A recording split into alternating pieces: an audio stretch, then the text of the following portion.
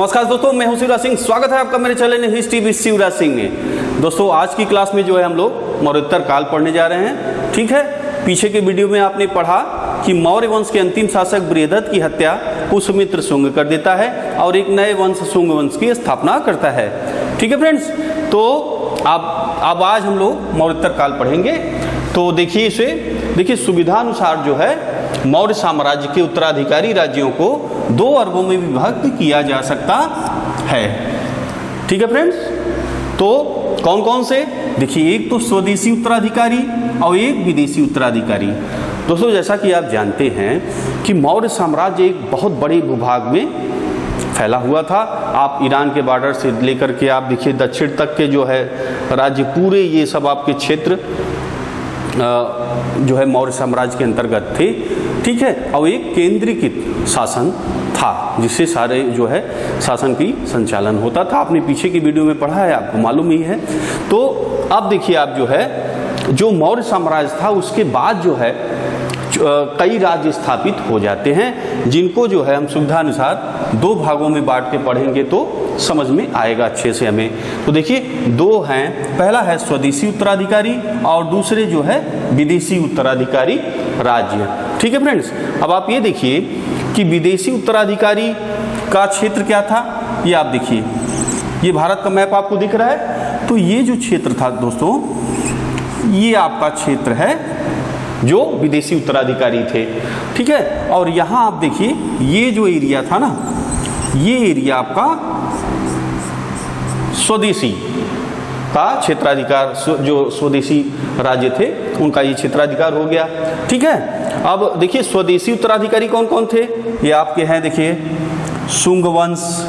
ठीक है, उसके बाद कौन आता है, कर्ण वंश आता है। उसके बाद सातवाहन वंश आता है और सातवाहन वंश के समय ही चेदी वंश होता है। ठीक है, चेदी वंश कहाँ है, देखिए ये जो कलिंग आपका है यहाँ पे था। ठीक है, तो पाटलिपुत्र पे जो है ये आपका देखिए जो बिहार का क्षेत्र था, वहाँ पे जो है बृहदत्त की हत्या करके शुंग वंश का संस्थापक है पुष्यमित्र शुंग। ठीक है, वो यहाँ पे जो है शासन सत्ता पे कब्जा करता है। ठीक है, तो फ्रेंड्स अब आप देखिए दूसरी, आप देखिए विदेशी राज्य, ये कौन कौन थे। यहाँ पे आपने देखा विदेशी राज्य। ठीक है, विदेशी राज्य में थे आपके देखिए हिंद यवन, उसके बाद शक आए, पहलव आए, कुषाण आए। ठीक है, इनको आप इंडो ग्रीक भी कहते हैं, सीथियन भी कहते हैं, पर्थियन भी कहते हैं, यूची भी कहते हैं। ठीक है, समझ में आया आपको। देखिए हिंद यवन को इंडो ग्रीक भी कहते हैं, जो शक हैं उनको जो है क्या कहते हैं, सीथियन भी कहते हैं। ठीक है, पहलव को पर्थियन भी कहते हैं और ये आपके हैं कुषाण को यूची। ठीक है, इतना समझ में आया आपको। अच्छा, अब देखिए दोस्तों जो स्वदेशी आपके थे शुंग वंश आता है, उसके बाद कर्ण वंश की स्थापना होती है, उसके बाद सातवाहन आते हैं। ठीक, और सातवाहन के ही समय आपके चेदी राजवंश था। अभी हम लोग डिटेल में जाएंगे, अच्छे से पढ़ेंगे इसको, आप पहले एक बार देख लीजिए, नज़र में आपको बैठ जाए। अच्छा, अब उसके बाद दोस्तों तो जब सातवाहन वंश का अंत होता है तो उसके बाद देखिए महाराष्ट्र में आपके शासन कौन करता है, महाराष्ट्र में अभीर का शासन करते हैं महाराज जी। सातवाहन वंश का जो अंत होता है उसके बाद, ठीक है ना, उसके बाद देखिए नागपुर में वाकाटक आ जाते हैं, आंध्र प्रदेश में कौन आ जाता है, इक्ष्वाकु आ जाते हैं। ठीक है ना, उसके बाद कर्नाटक में कदम कुंतल आ जाते हैं सातवाहन वंश के बाद। उसके बाद देखिए तमिलनाडु में पल्लव आ जाते हैं। इस तरह के जो है राज्य आ जाते हैं आपके सातवाहन वंश का जब अंत होता है। ठीक है, तो इतना आपको दोस्तों समझ में आ गया। अच्छा, अब चलिए अब शुंग वंश से हम लोग देखते हैं शुंग वंश को। शुंग वंश की जो है स्थापना करता है पुष्यमित्र शुंग। ठीक है, शुंग वंश की स्थापना पुष्यमित्र शुंग करता है। जैसा कि मैंने आपको अभी बताया कि बृहदत्त की हत्या जो है पुष्यमित्र शुंग करके और जो है शुंग वंश की स्थापना करता है। बृहदत्त जो है जैसे उस समय मारा जाता है जब वो सेना का अपने जो है निरीक्षण कर रहा था और उसको जो है पीछे से जो है ये पुष्यमित्र शुंग जो है इसकी हत्या कर देता है, ठीक है, और शुंग वंश की स्थापना करता है। तो ये देखिए आप, पाटलिपुत्र तो थी ही, मगध की राजधानी थी जो बिहार में है, और दूसरी राजधानी ये बनाता है विदिशा, ठीक है, ये आपकी राजधानी बनाता है। अब देखिए पुष्यमित्र शुंग के बारे में। ब्राह्मण, पुष्यमित्र क्या था? ब्राह्मण था। उसके बाद उज्जैन में मौर्यों का सेनापति था, ठीक है ना। और बृहदत्त की हत्या जो है 184 ईसा पूर्व में करके शुंग वंश की स्थापना करता है। अच्छा, भागवत धर्म का उदय एवं विकास इस काल में हुआ। वासुदेव विष्णु की उपासना शुरू हुई। 2 अश्वमेध यज्ञ पतंजलि के द्वारा किया गया, ठीक है, और 2 अश्वमेध पुष्यमित्र ने कराया था और उसका पुरोहित कौन था? पतंजलि था, ठीक है। ये ध्यान दीजिए, एग्जाम में दोस्तों पूछा जाता है कि पुष्यमित्र शुंग ने अश्वमेध यज्ञ जो है, जैसे आगे अश्वमेध यज्ञ लिखा हुआ है, राजा लिखे हुए हैं, तो ये आपको नॉलेज में रहेगा, तो ध्यान दीजिएगा। 2 अश्वमेध यज्ञ जो है आपके पुष्यमित्र शुंग ने कराया था, ठीक है। और सांची में पाषाण वेदिका लगाना, जैसा कि दोस्तों आपने पढ़ा था पीछे की वीडियो में कि जो अशोक के शासनकाल में जो है लकड़ी की जो थी ना, जो आपकी वेदिका जो बनी थी, जो स्तूप थे उसके चारों ओर जो है वेदिकाएं लकड़ी की बनी थी, ठीक है। तो अब शुंग काल में जो है इसको ये जो पाषाण की वेदिका बना दी जाती है, ठीक है ना।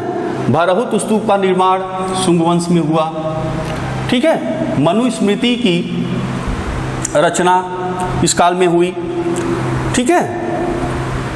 और दिव्यागान क्षेमेंद्रकृत अवदान कल्पलता, ठीक है। इसमें जो है बौद्ध धर्म विरोधी कहा गया है किसको?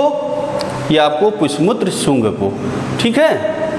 और अच्छा, इसमें कहा गया है कई चीज़ें मिलती हैं कि भाई इसमें जो है जो बिच्छू थे उनको गर्दन काटने के लिए कहा था, बहुत बौद्ध धर्म के जो है काफ़ी हानि पहुंचाई थी। तो दोस्तों ये देखिए पूरी तरह सही नहीं है।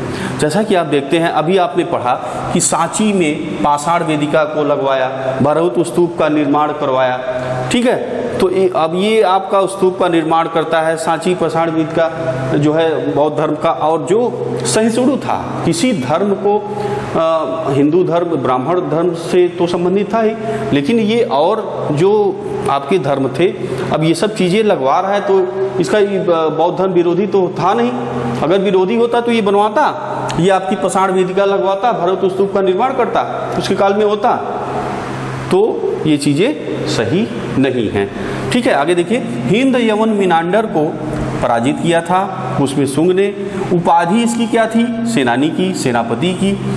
औदभिज, ये देखिए औदभिज की उपाधि भी है, यानी अचानक उठने वाला, ठीक है ना। तो ये अचानक उठने वाला दोस्तों, जैसा कि एक सेना था, सैनिक था, सेनापति हुआ और उसके बाद फिर राजा बन गया, ठीक है ना। तो ये औदभिज और सेनानी इसकी उपाधि है। आगे देखिए, उसका पुत्र जो है पुष्यमित्र शुंग के बाद अग्निमित्र जो है ये आपका शासक होता है पुष्यमित्र शुंग के बाद, ठीक है ना। देखिए पुष्यमित्र शुंग की समय ये विदिशा का उपराजा था अग्निमित्र शुंग, और इसका जो है मालविकाग्निमित्रम कालिदास की रचना में मालविका और अग्निमित्र के प्रेम विवाह का वर्णन का हमें पता चलता है, इसका अग्निमित्र शुंग का, ठीक है। अब देखिए उसके बाद दोस्तों आपके आते हैं सुज्येष्ठ, ठीक है। उसकी कोई राजनीतिक इतिहास हमें कोई खास कार्य मिलता नहीं है। वसुमित्र विलासपुरी था। मुजदेव और मित्रदेव द्वारा इसकी हत्या कर दी जाती है। उसके बाद देखिए आंध्रक आता है, पुलिंदक आता है, घोष आता है, वज्रमित आता है, ठीक है। उसके बाद भागवत या भागभद्र, ठीक है। दोस्तों ये जो है एक भागवत या भागभद्र एक शक्तिशाली राजा था। ठीक है, एंटियालकिड्स का राजदूत हेलियोडोरस, ठीक है, उसके दरबार में आया, भागवत धर्म ग्रहण किया और विदिशा बेस नगर में गरुड़ स्तंभ की स्थापना कर भागवत विष्णु की पूजा की। ठीक है, ध्यान दीजिएगा, गरुड़ स्तंभ की स्थापना जो है हेलियोडोरस, ठीक है, करता है और ये भागभद्र के दरबार में आया था। क्लियर है? आगे देखिए, देवभूति या देवभूमि अत्यंत विलासी था। भागवत के बाद कौन आता है शासन में? देवभूति या देवभूमि उसके बाद शासन करने में आता है। यह अत्यंत विलासी था। अमात्य वसुदेव ने इसकी हत्या कर शुंग वंश की समाप्ति कर दी। ठीक है फ्रेंड्स, और देखिए उसके बाद जो है कर्ण वंश की स्थापना कर दी। कौन कर दिया? वासुदेव। ठीक है, कर्ण वंश की स्थापना संस्थापक जो है वासुदेव है।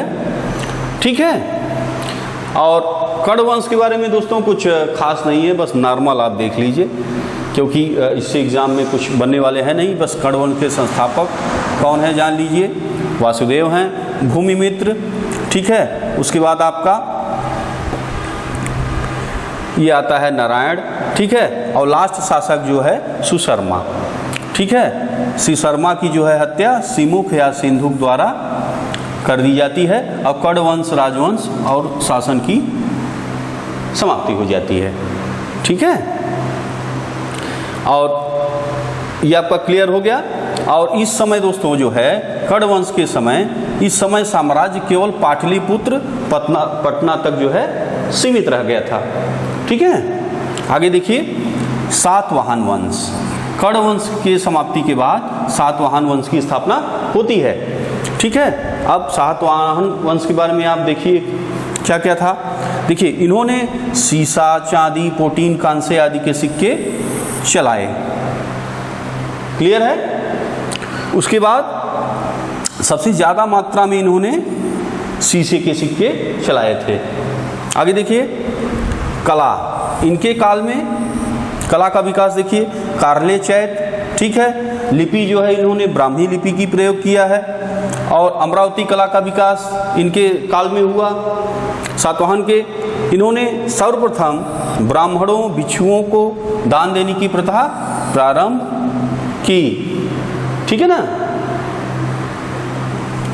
और ये इसकी जानकारी हमें कहाँ से प्राप्त होती है? नानाघाट अभिलेख से। अच्छा, आगे देखिए, सिमुख। ठीक है, ये आपका जो है क्या है?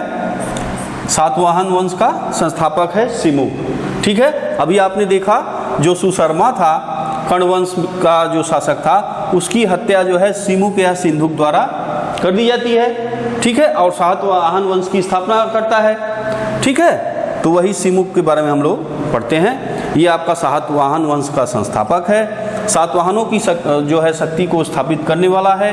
अंतिम रूप से शुंग कर्ण सत्ता को, ठीक है, कर्ण सत्ता को समाप्त किया था इस कर्ण वंश को। ठीक है, राजधानी क्या थी सातवाहनों की? प्रतिष्ठान, महाराष्ट्र। ठीक है, धर्म में गहरी अभिरुचि थी इसकी। अनेक जैन मंदिरों और चैत्यों का निर्माण करवाया। शासन के दौरान दुष्ट और अत्याचारी राजा हत्या। ठीक है, शासन आप देखिए, जब ये शासन के दौरान पहले ये काफ़ी आपने अभी देखा कि अनेक जैन बौद्ध मंदिरों का जो है ये निर्माण करता है, लेकिन जैसे जैसे वो शासन उसका बीतता है तो ये अत्याचारी, दुष्ट और अत्याचारी हो जाता है, प्रजा पे जो है ये अत्याचार करने लगता है। ठीक है, और इसके बाद जो है इसकी हत्या कर दी जाती है। ठीक है फ्रेंड्स, जैसा कि आपने अभी देखिए शुंग वंश आपने देखा, कर्ण वंश देखा, सातवाहन वंश था। देखिए इसकी खासियत क्या है, ये जो है सभी ब्राह्मण जो है धर्म को मानने वाले हैं। ठीक है, और उसके बाद ये जो है जैसा कि आप अभी पुष्यमित्र शुंग को देखा, इन्होंने जब आप मौर्य वंश जो है चल रहा था, मौर्य शासन चल रहा था, तो उस समय क्या था कि बौद्ध धर्म को काफ़ी बढ़ावा मिला था। तो और जो वर्ण व्यवस्था थी वो उसमें जो है गिरावट आ गई थी। तो जो पुष्यमित्र शुंग थे, तो इन्होंने जो है फिर से वर्ण व्यवस्था को, जैसे ब्राह्मण, क्षत्रिय, वैश्य, शूद्र, इसको जो है फिर से स्थापित किया और ब्राह्मण धर्म का जो है इस समय काफ़ी विकास हुआ। ठीक है ना। और आगे देखिए, अब देखिए सिमुक के बाद जो है आते हैं कृष्ण की कोई खास उपलब्धि नहीं है। ठीक है। आगे आप देखिए सातकर्णी प्रथम, कृष्ण के बाद आते हैं जो है अगले शासक सातकर्णी प्रथम। ठीक है। सातकर्णी की उपाधि धारण करने वाला प्रथम शासक था, उपाधि दक्षिणापथ स्वामी। ठीक है। सातकर्णी अब जो है प्रथम उपाधि धारण करने वाला शासक था। क्लियर है। उपाधि जो है, अब इसने उपाधि कौन कौन सी धारण की थी उसे आप देखिए, दक्षिणापथ का स्वामी। ठीक है। अप्रतिहत चक्र का एक चालक, पश्चिमपति, प्रतिष्ठानपति। यह दक्षिणा जो है पथ का सबसे शक्तिशाली राजा बन बैठा। अमीय वंश की राजकुमारी नयनिका से विवाह किया। रानी नयनिका के अभिलेख से सातकर्णी के कार्यों पर पूरा प्रकाश पड़ता है। इस अभिलेख के अनुसार सातकर्णी ने पश्चिमी मालवा, अनुप्रदेश, विदर्भ पर अपना आधिपत्य कर लिया। सातकर्णी प्रथम ने अमरावती को राजधानी बनाया था। यह आंध्र प्रदेश के गुंटूर जिले में कृष्णा नदी के तट पर अवस्थित है। इसके साम्राज्य में उत्तरी दक्कन, मध्य व पश्चिमी भारत के कुछ भाग, उत्तरी कोंकण व काठियावाड़ शामिल थे। उसने कलिंग के शासक खारवेल से भी युद्ध किया था। ठीक है फ्रेंड्स, ये क्लियर हो गया आपका सातकर्णी के बारे में। दोस्तों अगर कोई कन्फ्यूजन होगा तो आप कमेंट बॉक्स में हमें बताइएगा। ठीक है। आगे देखिए, सातकर्णी के बाद जो है अगला शासक आता है हाल। इस शासक ने प्राकृत भाषा में गाथा सप्त सती नामक पुस्तक की रचना की। इसने उसकी प्रेम गाथाओं का वर्णन है। ठीक है। इसके शासन काल में गुणाढ़ ने बृहद कथा कोश नामक ग्रंथ की रचना की। इसी के समय में संस्कृत व्याकरण के लेखक सर्ववर्मन ने कातंत्र नामक पुस्तक संस्कृत में लिखी। ठीक है। ये ध्यान दीजिएगा दोस्तों, गुणाढ़ ने बृहद कथा कोश लिखा था। ठीक है। सर्ववर्मन ने कातंत्र लिखा था। ठीक। और हाल ने क्या लिखा था? गाथा सप्तशती नामक पुस्तक की रचना की थी जो प्राकृत भाषा में थी। ठीक है। ये सब एग्जाम में पूछे जाते हैं, इसको आप ध्यान से नोट डाउन कर लीजिएगा। अच्छा, उसके बाद देखिए, हाल के बाद आते हैं गौतमी पुत्र सातकर्णी, सातवाहन वंश का महानतम शासक। ठीक है। इसका साम्राज्य उत्तर में मालवा व काठियावाड़ से लेकर दक्षिण में कृष्णा नदी तक, पूर्व में विदर्भ से लेकर पश्चिम में कोंकण तक फैला था। इसी समय में इसकी माता बलश्री का नासिक अभिलेख प्राप्त हुआ। नासिक अभिलेख में इसे एकमात्र ब्राह्मण एवं अद्वितीय ब्राह्मण कहा गया है। ठीक है। इसकी उपाधि एकमात्र ब्राह्मण, अद्वितीय ब्राह्मण, ये किसकी है? ये आपका गौतमीपुत्र सातकर्णी का है। ठीक है। इसने शक शासक नहपान को हराकर मार डाला था। आगे देखिए, वशिष्ठी पुत्र पुलमावी, पुराणों में उसका नाम पुलोमा सातकर्णी और टालमी के विवरण में सिरोपोलिओस के रूप में मिलता है। दक्षिणा पथेश्वर की उपाधि अमरावती लेख में मिलता है। सामुद्रिक व्यापार को बढ़ावा दिया। ठीक है। सिक्कों पर 2 पतवारे वाले जहाज़ों का चित्र मिलता है। दोस्तों ये आप देखो, इस तरह पतवार बने होते हैं ना,